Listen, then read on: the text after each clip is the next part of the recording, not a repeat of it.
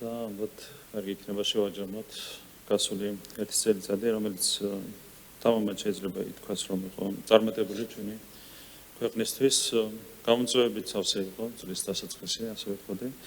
თუმცა ჩვენ მოახერხეთ ქვეყანაში მშვიდობის შენარჩუნება, სიმშვიდის შენარჩუნება, სტაბილურობის შენარჩუნება და რა თქმა უნდა, ეს იყო თითოეული თქვენგანის ძალისხმევის შედეგი.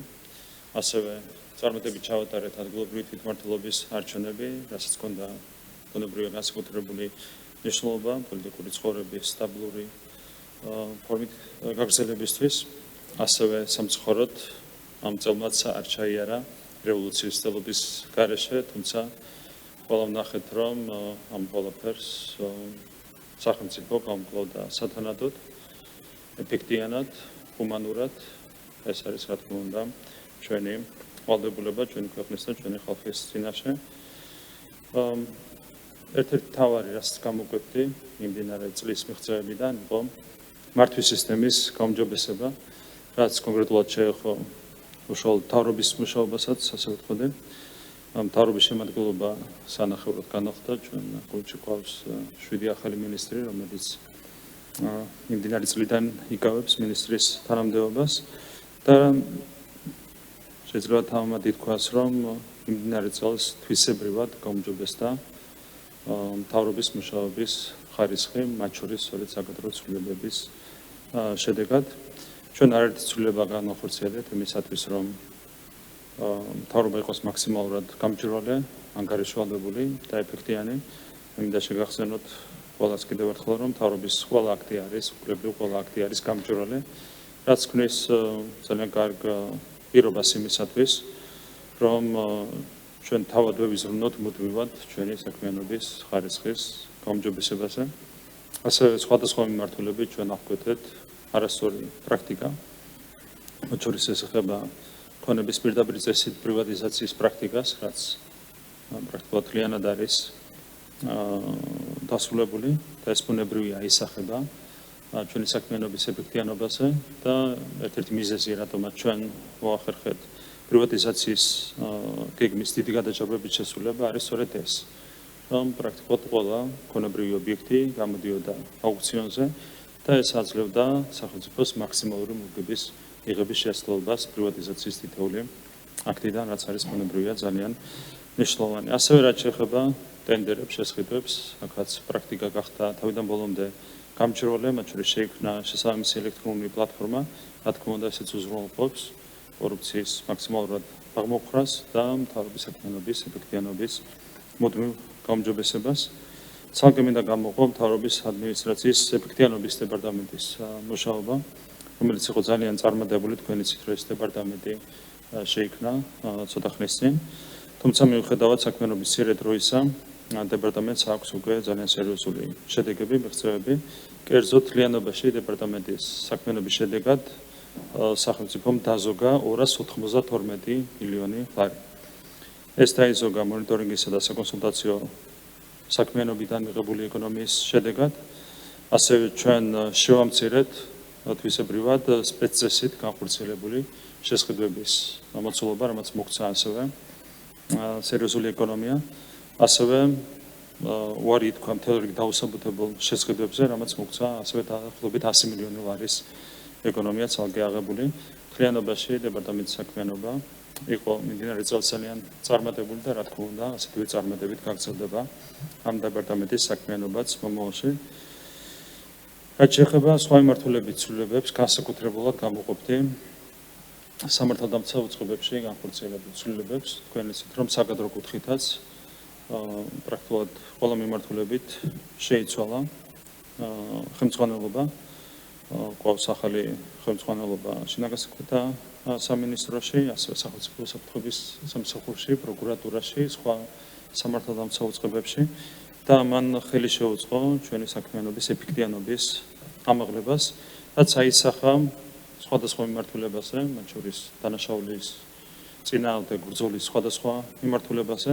აქ გამოყოფდი ორგანიზებულ დანაშაულს, სადაც გვაქვს ძალიან სერიოზული შედეგები. ასევე ნარკოტიკულ დანაშაულს გამოყოფდი. გასული 7 თვის განმავლობაში გაძლიერდა ბრძოლა ნარკოტიკული დანაშაულის წინააღმდეგ მარტო სტატისტიკურ მონაცემებს გავიხსენებ, მაჩვენებელს გავიხსენებ, 1955 ნარკორეალიზატორია მარტო დაკავებული, იყო უმძიმესი ვითარება და რა თქმა უნდა იყო საჭირო აქტიური ჩარევა იმისათვის, რომ ეს პრობლემა მაქსიმალურად მოგვეგვარებინა, რა თქმა უნდა მიმართულებით მომავალშიც გაგრძელდება ძალიან აქტიური მუშაობა. ასევე შინაგან საქმეთა სამინისტროს საქმიანობა იყო გამორჩეული უკანონო მიგრაციასთან ბრძოლის თვალსაზრისით და აქაც მარტივი სტატისტიკა რომ გავიხსენოთ, წელს იმდენივე არალეგალი მიგრანტი იქნა გაძევებული ქვეყნიდან, რამდენიც გასული 7 წლის განმავლობაში მთლიანად აღებული. რა თქმა უნდა, ამ მიმართულებითაც მუშაობა აქტიურად გაგრძელდება. კორუფციასთან ბრძოლა ესეც არის ბუნებრივია სამართალდამცავი წყობების ერთ-ერთი უმთავრესი მიმართულება და აქაც არაერთი დანაშაულებრივი ფაქტი იქნა გამოვლენილი და ამისთან დაკავშირებით საზოგადოებას აქვს ფართოდ ინფორმაცია. თუმცა როცა ვსაუბრობთ კორუფციაზე, კიდევ ერთხელ ხაზს გავუსვა ერთ რამეს, რომ ერთია წარსულში ჩადენილი დანაშაულების გამოვლენა, მაგრამ ჩვენთვის მთავარია გავიხედოთ წინ და მთავარია რომ დღეს და ხვალ იყოს უზრუნველყოფილი ყოველგვარი კორუფციული პრაქტიკის აღკვეთა და ზუსტად ამას ეთმობოდა თითეული ის გადაწყვეტილება, რომელიც ჩვენი მხრიდან იქნა მიღებული და რა თქმა უნდა ყურადღებას არ მოვაკლებთ არც მომავალში ამ საკითხს. გარდა სამართალდამცავი წყობებისა, ხაზს გავუსვავდი ეკონომიკური გუნდის განახლების მნიშვნელობას, აქაც თვისებრივად განახლდა ჩვენი გუნდი. შედეგები ეკონომიკის სფეროში გვაქვს ძალიან შთამბეჭდავი, მიუხედავად იმისა, რომ წლის დასაწყისში ქვეყნდებოდა უარყოფითი პროგნოზები, რა თქმა უნდა, ეს იყო ხელოვნურად დაგეგმილი კამპანიის შედეგი. ჩვენ წლის ბოლოსთვის ვახერხებთ შთამბეჭდავი შედეგების მიღწევას. 10 თვის მონაცემებით, როგორც მოგეხსენებათ, ეკონომიკური ზრდა არის 7.6% და წლის ბოლოსაც გავდაახლოებით ამ მაჩვენებელზე, რაც აღემატება საერთაშორისო სავალუტო ფონდის კორექტირებულ გაზრდილ პროგნოზსაც კი. ბუნებრივია ეს არის ეკონომიკური გუნდის ეფექტიანი საქმიანობის შედეგი და დიდ გონებას მადლობა ამისათვის მინდა გადაგიხადოთ. პირველად გადასწრება ჩვენი ეკონომიკა 100 მილიარდ დოლარს და მიაღწევს დაახლოებით 104 მილიარდ დოლარს. ერთსულ მოსახლეზე გადასწრება პირველად ასევე 10,000 დოლარს და მსხვერპლობითი უნარის პარიტეტის მიხედვით გადასწრება პირველად ასევე 30,000 დოლარს. ბუნებრივია ეკონომიკის ზრდა მთლიანობაში აისახება ქვეყნის ეკონომიკური პოზიციების გაძლიერებაზე, ასევე თუნდაც პოლიტიკური პოზიციების გაძლიერებაზე და რასთავარია ეს ყველაფერი აისახება ჩვენი მოსახლეობის სოციალური მდგომარეობის გაუმჯობესებაზე. 100%-ზე მეტი შესულდა ნაერთი ბიუჯეტის და ასევე სახელმწიფო ბიუჯეტის შემოსავლების ნაწილი. რა თქმა უნდა, ეს არის ძალიან მნიშვნელოვანი შედეგი. საგარეო ვალე შემცირდა მთლიანში და პროდუქტის 34%-მდე. მე მინდა შეგახსენოთ, რომ 2020 წლისთვის საგარეო ვალმა მიაღწია მთლიანში და პროდუქტის 60%-ს, გადააჭარბა 60%-ს და გვაქვს მუდმივი კრება, ეს არის რა თქმა უნდა ეკონომიკური ზრდის შედეგი და ეს არის ეკონომიკური გუნდის ძალიან ეფექტიანი საქმიანობის შედეგი. ასევე აქაც მიუხედავად საწყისი უარყოფითი პროგნოზებისა, ჩვენ შევძელით ლარის კურსის სტაბილურად შენარჩუნება და სავარაუდოდ წლის ბოლოსთვის ჩვენი სავალუტო რეზერვები გადააჭარბებს 6 მილიარდ დოლარს, რაც ძალიან მნიშვნელოვანია ბუნებრივია ქვეყნის ტრადობის უზრუნველყოფისთვის.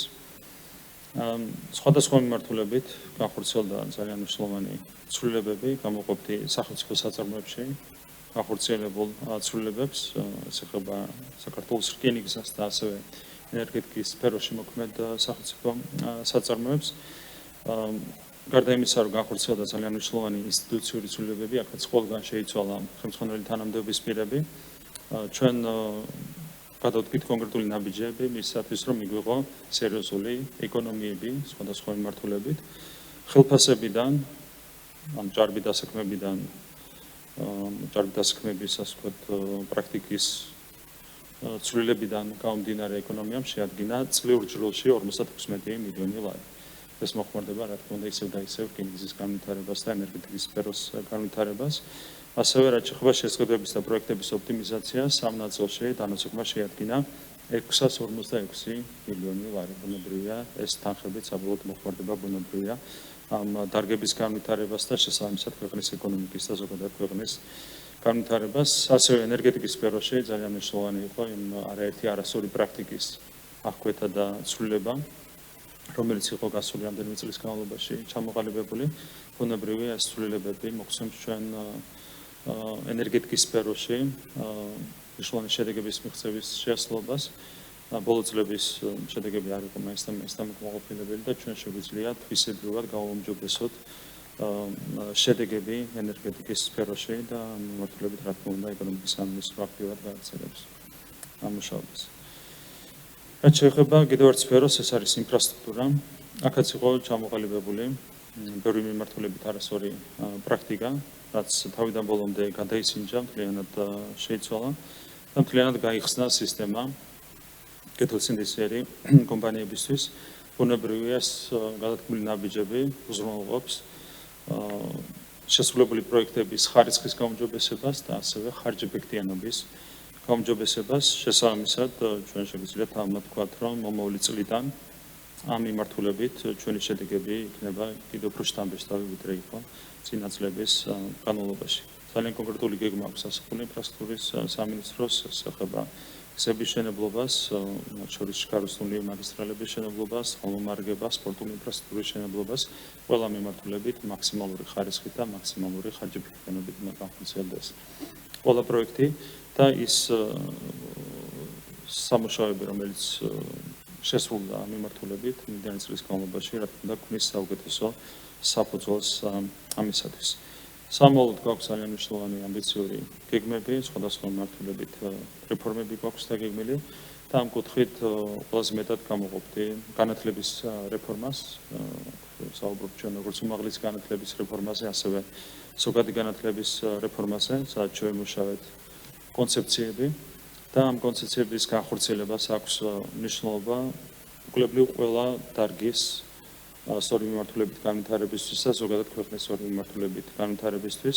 რა თქმა უნდა, განათლების გარეშე ვერც ერთი მიღწევა ვერ იქნება მდგრადი.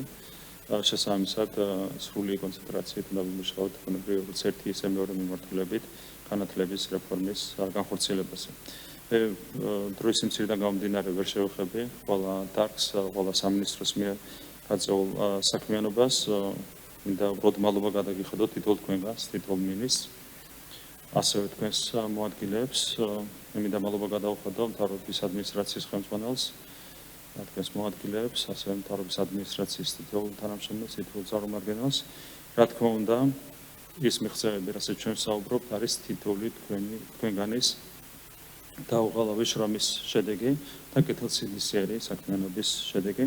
ასევე მე მინდა მადლობა გადავხადო უკლებრივ ყველა საჯარო მოსამსახურეს, ყველას ვინც დგას სახელმწიფოს სამსახურში, მადლობა ჯარისკაცებს, პოლიციელებს, მოსამართლეებს, პროკურორებს, უსაფრთხოების სისტემის თანამშრომლებს, უკლებრივ ყველას კიდევ ერთხელ ვინც დგას სახელმწიფოს სამსახურში. სწორედ ამ ადამიანების შრომაზეა, კეთილსინდისიერებაზეა დამოკიდებული ჩვენი ქვეყნის განვითარება დღემდე და ჩვენი ქვეყნის სამომავლო განვითარება. მე მინდა ყველას გესურვოთ ბედნიერი და წარმატებული 2026 წელი, დარწმუნებულებას წელი იქნება ძალიან წარმატებული ჩვენი ქვეყნისთვის, ჩვენი ხალხისთვის. კიდევ ერთხელ მადლობა ყველას და მინდა გესურვოთ ყველას ჯანმრთელობა, ბედნიერება, დიდი წარმატებები 2026 წელს. დიდი მადლობა.